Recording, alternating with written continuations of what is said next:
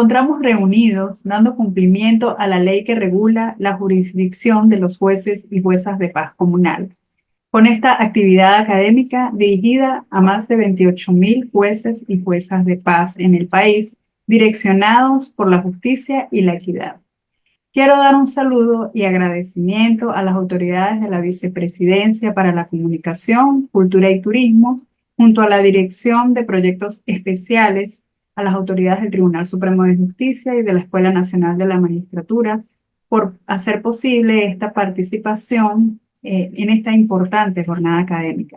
Asimismo, felicitar a los jueces y juezas de paz comunal y augurarles mucho éxito en el ejercicio de sus funciones, quienes con su accionar como administradores de justicia de paz dan vida a la letra del artículo 258 constitucional que les contempla.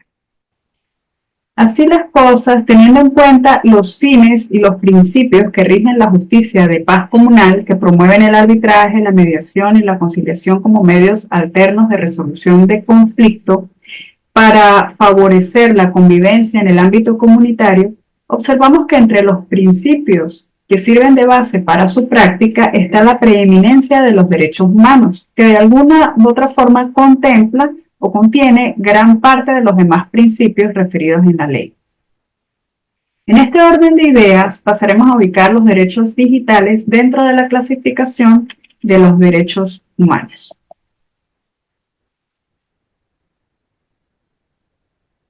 Tenemos entonces que los derechos digitales son una prolongación de los derechos ciudadanos, pero llevados al mundo digital, catalogándolos doctrinariamente como derechos humanos de cuarta generación.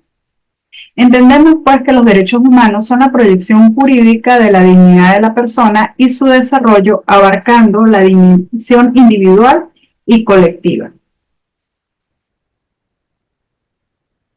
De esta forma voy a pasar junto a ustedes a repasar la clasificación de los derechos humanos. Esta clasificación ha sido desarrollada en generaciones de primera, segunda, tercera y cuarta generación, en función al momento histórico en que surgieron o del reconocimiento que han tenido estos derechos por parte de los estados, lo cual no significa que algunos tengan mayor o menor importancia sobre otros, pues todos ellos encuentran en la dignidad humana el principio y el fin a alcanzar. Así tenemos los derechos humanos de primera generación, en los cuales se encuentran los derechos civiles y políticos como la libertad de expresión, juicio justo, el derecho a la circulación, a manifestar una religión o un culto y el derecho al sufragio.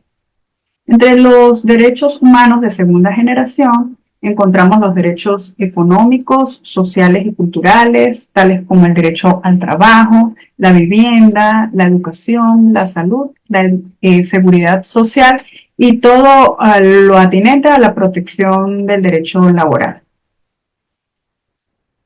Entre los derechos de tercera generación encontramos acá los derechos colectivos, como son derechos de los pueblos o de solidaridad. El derecho al desarrollo, al medio ambiente sano, derecho a la paz, derecho de los consumidores y derecho a tener calidad de vida. Quedaría entonces dentro de la clasificación de cuarta generación los derechos digitales, entre los cuales encontramos la protección de los datos personales, el derecho a existir digitalmente, a tener una reputación digital, una identidad digital y el derecho al olvido, los cuales pasaremos a explicar más adelante. Es importante que una vez ubicados los derechos digitales dentro de la clasificación de los derechos humanos, los jueces y juezas de paz conozcan y manejen los mismos a través de dos visiones o dos enfoques. Una, como administradores de justicia, es decir, los jueces y juezas de paz comunal deben conocer los derechos digitales para la resolución de los conflictos que son sometidos a su conocimiento. Y el otro enfoque es como protectores de datos personales, en virtud de que son responsables del manejo y de la protección de la información personal de los usuarios o justiciables que llegarán a sus manos.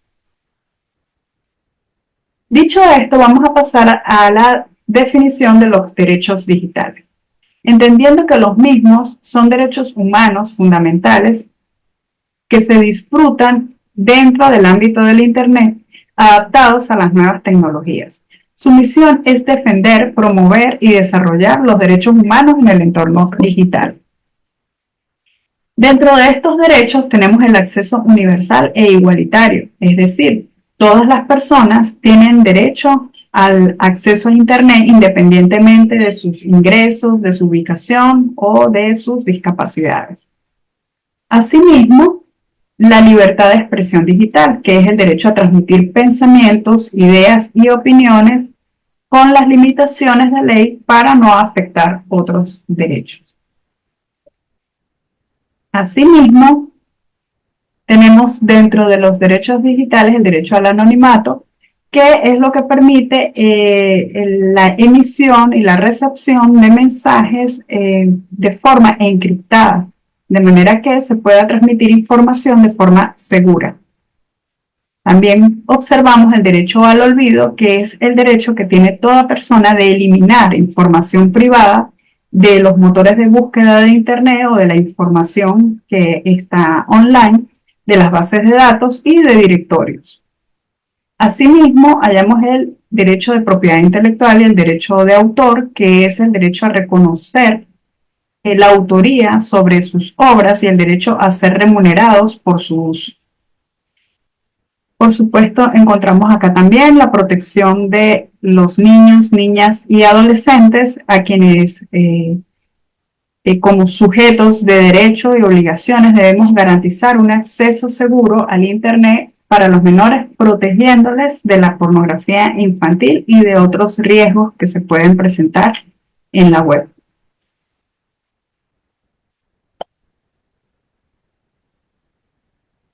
Quiero informar que lo atinente al derecho al olvido está estrechamente vinculado con un recurso contemplado en nuestra Constitución, como lo veremos más adelante en el artículo 28, que es el habeas data. Como les dije, la posibilidad de eliminar y de borrar la trayectoria de la data que pueda reposar en la web o en el Internet y que sea, digamos, violente los derechos al honor, a la reputación de la persona. La privacidad de los datos personales también es un derecho fundamental, es decir, todos los ciudadanos deben tener control sobre quién almacena sus datos personales y poder eliminarlos en cualquier momento. Este derecho a la intimidad se ve amenazado en Internet por el robo de credenciales y la apropiación de datos personales, toda vez que cuando ingresamos en el Internet, en la vida digital, dejamos una huella, bien sea en las publicaciones que se hacen a través de las redes sociales, en los comentarios que se hacen en algún blog y en los correos electrónicos, en los mensajes por WhatsApp. Toda esta información que compartimos, suministramos a través de los diferentes medios de tecnologías de información, dejan una huella digital. ¿En qué consiste la privacidad en línea y la protección de datos? La privacidad en línea consiste en ejercer la privacidad, es decir, tener un conocimiento consciente e informado de qué información voy a suministrar y voy a dejar en la web. En cuanto a la protección de datos, las leyes de protección han ido aumentando en el mundo, pero su grado de exhaustividad y eficacia es muy variable.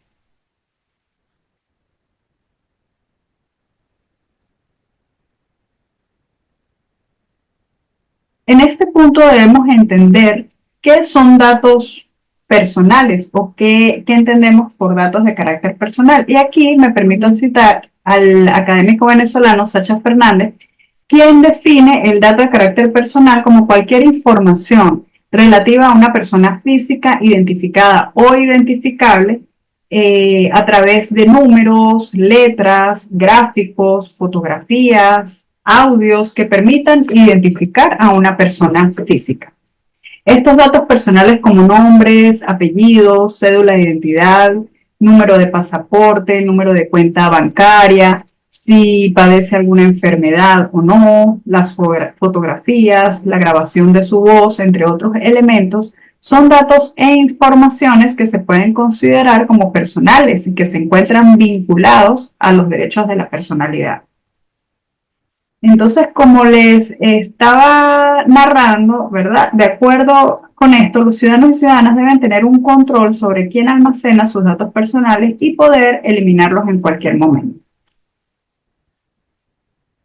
¿Cuál es la importancia de conocer los derechos digitales? Primero, el control de datos, es decir, decidir cuándo, cómo y por qué se recopila y utiliza su información. Por ejemplo, cuando llenamos un formulario, cuando llenamos una encuesta y estamos suministrando datos, estado civil, grado de profesión o instrucción, edad, si tiene hijos. Entonces, toda la información que estamos cediendo de alguna u otra forma debemos controlar y debemos saber y tener conciencia a quién se está suministrando esta información. Asimismo, la navegación segura. Navegar en Internet con confianza y seguridad. En la medida en que yo conozco cuáles son mis derechos digitales, en esa misma proporción voy a sentir seguridad al momento de suministrar alguna información o al momento de entrar en el Internet. Asimismo, garantiza la participación activa, expresar ideas, opiniones libremente, acceder a información relevante y participar en la sociedad digital. Aquí es importante recordar, por ejemplo, cuando ingresamos a alguna página en donde nos pide si aceptamos o no aceptamos compartir información o acceder incluso a la información del teléfono como fotografías. Entonces es muy importante siempre leer estos términos que se presentan dentro del Internet cada vez que ingresamos a una red social o alguna plataforma, porque de alguna u otra forma ya estamos manifestando la voluntad de decidir si pueden acceder a nuestra información personal o no.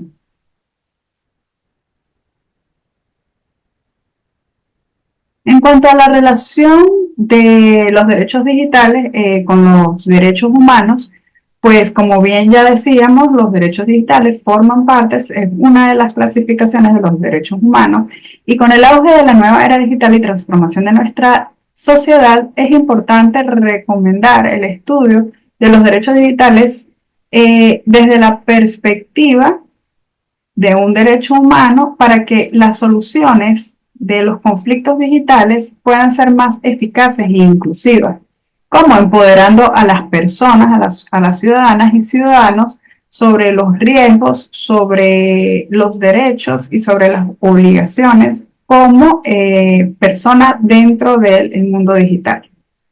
En este sentido, es oportuno mencionar que en el año 2012 el Consejo de Derechos Humanos de la Organización de las Naciones Unidas adoptó la resolución 134 titulada Promoción, Protección y Disfrute de los Derechos Humanos en Internet, cuyo objetivo primordial es garantizar el acceso a Internet, evitando la denominada brecha digital y garantizando un adecuado uso de la red como un bien común perteneciente al conjunto de la humanidad.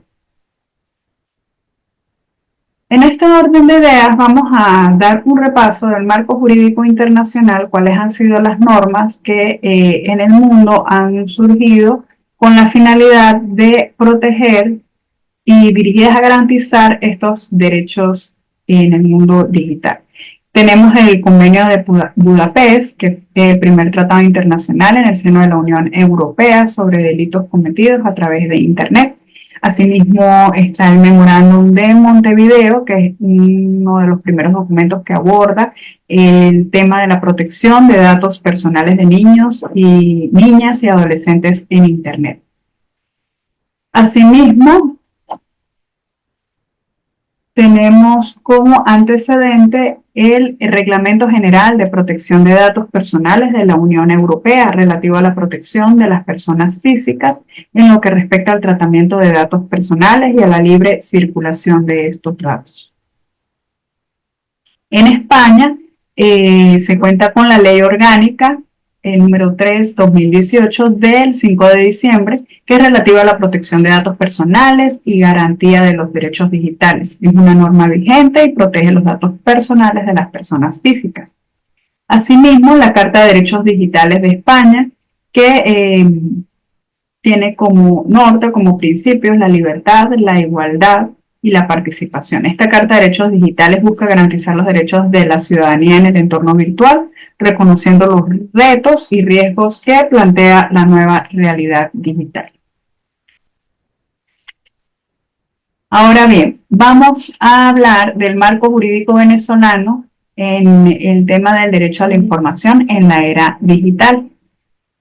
La Constitución de la República Bolivariana de Venezuela, en su exposición de motivos, declara que es de interés público por ser instrumento fundamental para el desarrollo económico, social y político del país, así como para la seguridad y su soberanía nacional, a la ciencia, la tecnología, el conocimiento en general, la innovación y sus aplicaciones y los servicios de información.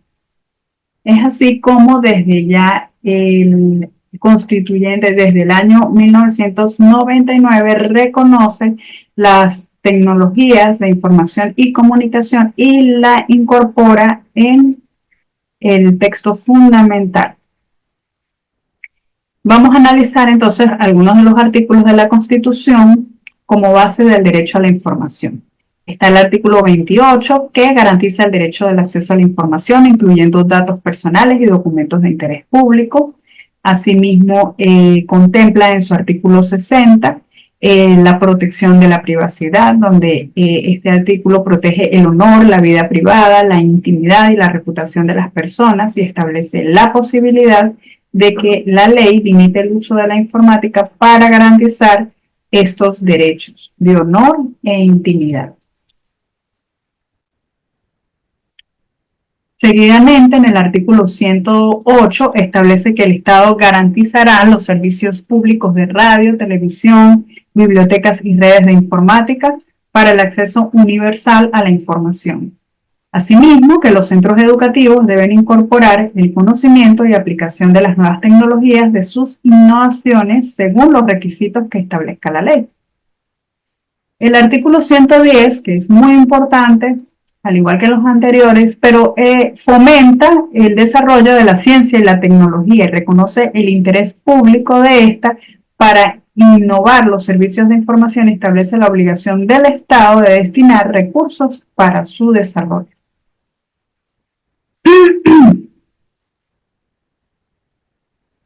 El artículo 143 contempla el derecho de los ciudadanos y ciudadanas a ser informados e informadas oportuna y verazmente por la administración pública sobre el estado de las actuaciones que estén directamente involucrados, asimismo tener acceso a los archivos, registros administrativos, sin perjuicio de los límites aceptables dentro de una sociedad democrática, en materias relativas a la seguridad interior y exterior, a investigación criminal y a la intimidad de la vida privada. Este artículo también dispone que no se permite la censura alguna a los funcionarios públicos o funcionarias públicas que informen sobre asuntos bajo su responsabilidad. Esto tiene que ver con el manejo de información confidencial. Vamos ahora a mencionar los decretos y leyes que nacen con posterioridad al texto constitucional. Solo hay una norma allí que más adelante veremos que es preconstitucional, que es del año 1991, pero las demás son todas que nacen con ocasión a nuestra Constitución de la República Bolivariana de Venezuela. Tenemos entonces el decreto presidencial número 825 del año 2000, que declaró el acceso y uso de Internet como política prioritaria para el país y la necesidad de tener acceso a esta herramienta. En el artículo 1 dice, se declara el acceso y el uso de Internet como política prioritaria para el desarrollo cultural, económico y social, político de la República Bolivariana de Venezuela. Posteriormente, el 27 de junio del 2003, el presidente de la República, considerando, entre otros aspectos, el impacto positivo que tienen las redes de información y telecomunicaciones en el proceso de modernización del Estado y su contribución al progreso social y económico del país, emite el decreto 2479, mediante el cual crea en forma temporal la Comisión Presidencial para la conformación de la red del Estado. Seguidamente se promulga la Ley Orgánica de Ciencia, Tecnología e Innovación, publicada en la Gaceta Oficial 6693 en el año 2022. Propone ciencia e innovación con base en la soberanía nacional, la democracia participativa y la justicia social. Asimismo, la Ley Orgánica de la Administración Pública fomenta también la utilización de tecnologías por parte de los órganos públicos, incluyendo la creación de páginas web y el uso de medios electrónicos para trámites y documentos. Hoy en día podemos ver que los ministerios, dependencias, oficinas administrativas cuentan con sus páginas web, el Tribunal Supremo de Justicia y las diferentes dependencias, Escuela Nacional de la Magistratura, se publican las sentencias. Entonces podemos ver que ciertamente el Estado ha cumplido y ha venido desarrollando un camino, ¿verdad?, dirigido a contemplar y desarrollar las tecnologías de información y también a garantizar los derechos que con ocasión al uso de estas tecnologías nacen. Así, continuando con la exposición, tenemos la Ley de Infogobierno, que establece los principios para el uso de la tecnología en el poder público y el poder popular, regulando la gestión pública y los servicios digitales. Tenemos también la Ley sobre el acceso e intercambio electrónico de datos. Esta ley fue parcialmente derogada en sus capítulos 1, título 2 y el título 5 por la Ley de Infogobierno anteriormente mencionada. En esta ley se contempla la interoperabilidad, que garantiza la implementación de un estándar entre los sistemas de información del Estado. Es decir, obliga a los órganos del Estado a digitalizar sus archivos y a firmar electrónicamente las copias digitales y a su vez permite el acceso e intercambio y reutilización de datos de acceso público entre los órganos de Estado. Es una especie de colaboración electrónica de datos. Por su parte, la Ley Orgánica de Telecomunicaciones, de la última de estas leyes publicada en el 2011, garantiza el derecho humano a la comunicación y a la realización de actividades económicas de telecomunicaciones.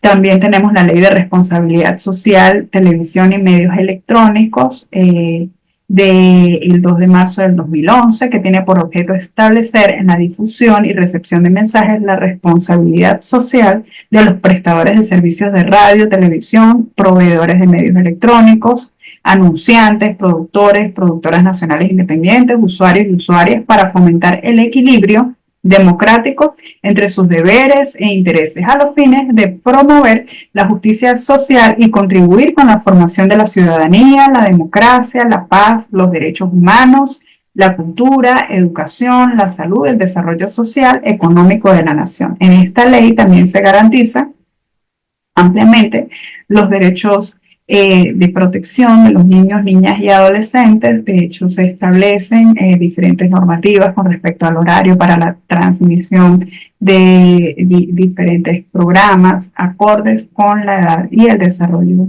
de los niños. Ahora bien, tenemos el Decreto Ley sobre mensajes y datos de firmas electrónicas del 28 de febrero del 2001. En esta ley se regula la posibilidad de identificar a las partes a través de una firma electrónica. Establece responsabilidades legales, civiles, penales y administrativas para las partes involucradas y garantiza también la autenticidad y seguridad de los mensajes de datos a través de firmas electrónicas. También establece allí la regulación de los proveedores de estas firmas y asimismo contempla el valor jurídico que otorga validez probatoria a las comunicaciones suscritas en forma electrónica. Llegamos a esta ley muy importante, garante de los derechos digitales, como es la Ley Especial contra Delitos Informáticos, cuya gaceta es la 36.313 del 30 de octubre del 2001. Mediante esta ley se sancionan los siguientes delitos, se contemplan allí: delitos contra los sistemas que utilizan tecnologías de información, delitos contra la propiedad, contra la privacidad de las personas y de las comunicaciones, contra los niños, niñas y adolescentes en este ámbito digital, contra el orden económico. Entonces, cuando alguno de los delitos previstos en la presente ley se cometa fuera del territorio de la República, establece que el sujeto activo quedará sometido a sus disposiciones si dentro del territorio de la República se hubieran producido efectos del hecho punible y el responsable no ha sido juzgado por el mismo hecho o evadido el juzgamiento a la condena por tribunales extranjeros. Contamos también en materia de protección de niños, niñas y adolescentes con la Ley Orgánica para la Protección de Niños, Niñas y Adolescentes, mejor conocida como la LOGNA, y la Ley para Protección de Niños, Niñas y Adolescentes en sala de uso de Internet, videojuegos y otros multimedia. Estas leyes garantizan el derecho a que los niños obtengan una información adecuada en el uso de juegos computarizados y multimedia, promoviendo el uso responsable de Internet. Contempla la protección integral. La ley establece medidas para evitar el acceso de niños, niñas y adolescentes a contenidos inapropiados en la web, como mensajes pornográficos, violentos o que promuevan el consumo de sustancias nocivas. Asimismo, reconoce el derecho de niños, niñas y adolescentes a la libertad de expresión, a la información y a la educación crítica para medios de comunicación. Esta ley también contempla en su artículo 65 el derecho al honor, reputación, dignidad de niño, niña y adolescente, a su confidencialidad y, por supuesto, el interés superior del niño, que está establecido en su artículo 8.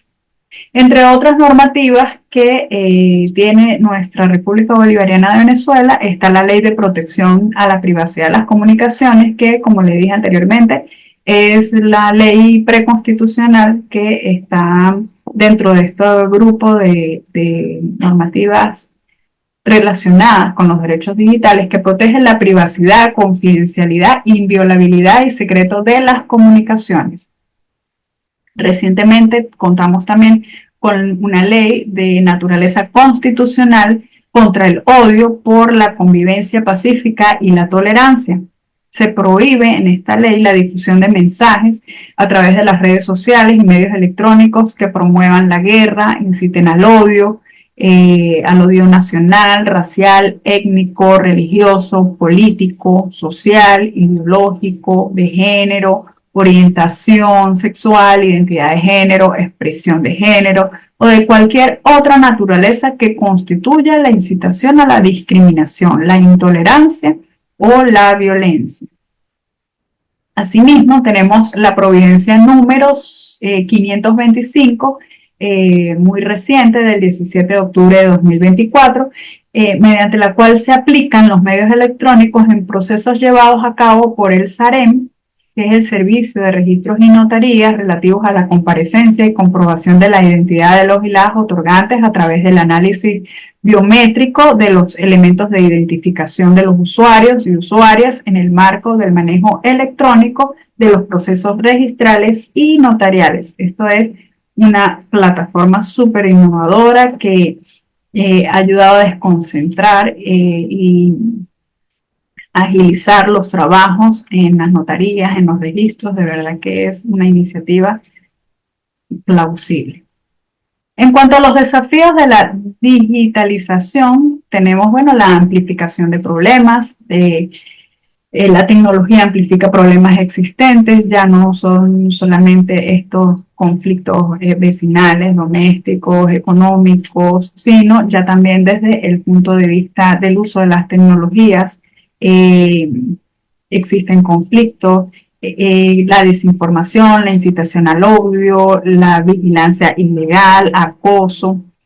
En cuanto a las garantías universales, es necesario generar garantías necesarias para que los derechos sean procesados universalmente. Tenemos una normativa, digamos, sabrosa y nutrida que es importante, digamos, aglutinar o agrupar en una norma dirigida a directamente a proteger los derechos digitales.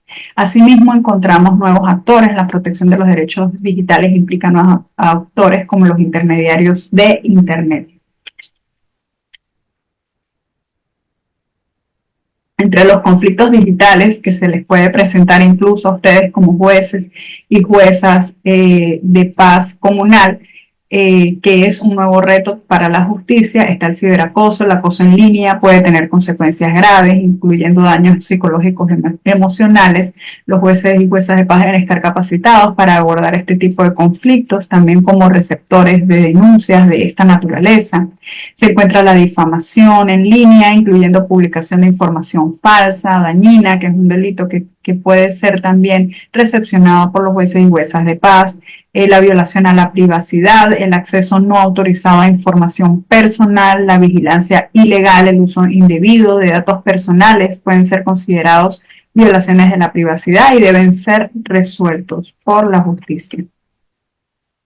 Es importante hacer un llamado que los jueces y juezas de paz comunal, como administradores de justicia, como partícipes de la comunidad, en el ámbito de sus competencias, hagan un llamamiento al uso responsable de los datos personales.